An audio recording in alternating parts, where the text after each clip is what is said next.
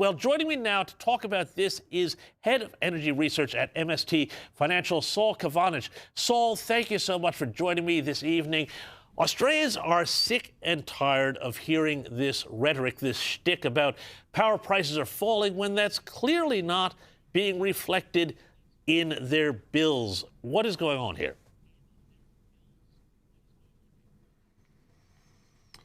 Well, we're facing a crisis of ideology and a crisis of competence when it comes to energy policy.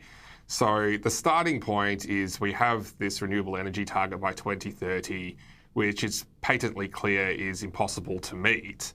Even if we were to meet it, would be experiment in terms of does it work and is it viable?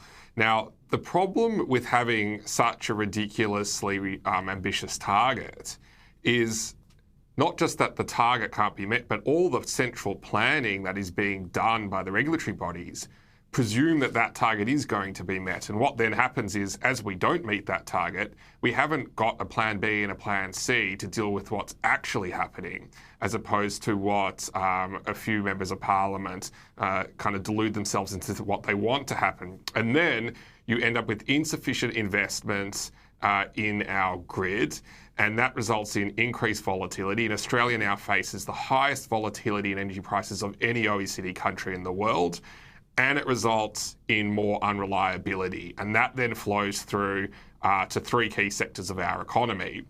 The first one being the industrial manufacturing base. We've already seen significant closures and thousands of blue-collar jobs lost over the last few years. The second one is we feel it at home, where obviously bills have continued to rise.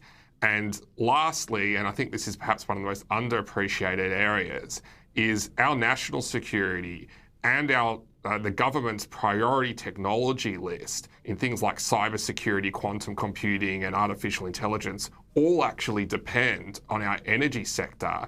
And we're seeing our national security agenda and our technology agenda being held back and let down by our energy policy makers, and the future of Australia's economy and security is actually at stake here. It's not even just about our bills at home.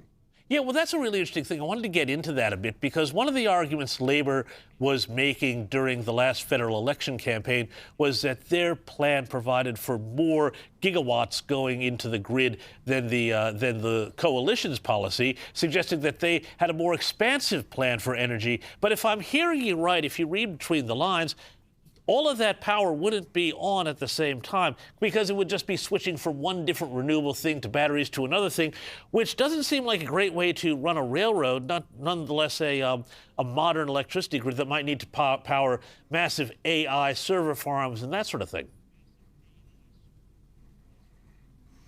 Yeah, so perhaps to kind of illustrate it, our artificial intelligence future, our national security and cybersecurity agenda all rely on having sovereign data centres, which are very energy hungry, but they also demand an exceptionally clean and reliable signal. So renewables are particularly unsuited to our data centre agenda, and that's where you need much more reliable, consistent power.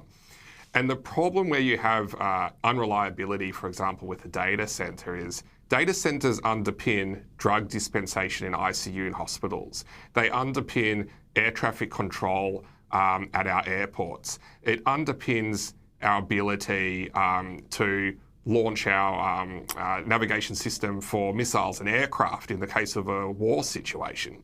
So you can't have that data sitting in a foreign country. It has to be here. Now I want you to imagine what happens to air traffic control or an ICU unit if it stops working for just 10 minutes, let alone a day. And the situation is dire, and that's why you cannot have an increasingly unreliable grid while also trying to build all these core health, national security and technology agendas at the same time. We need to get back to reliability taking priority again. Otherwise, again, that technology and national security agenda gets held back.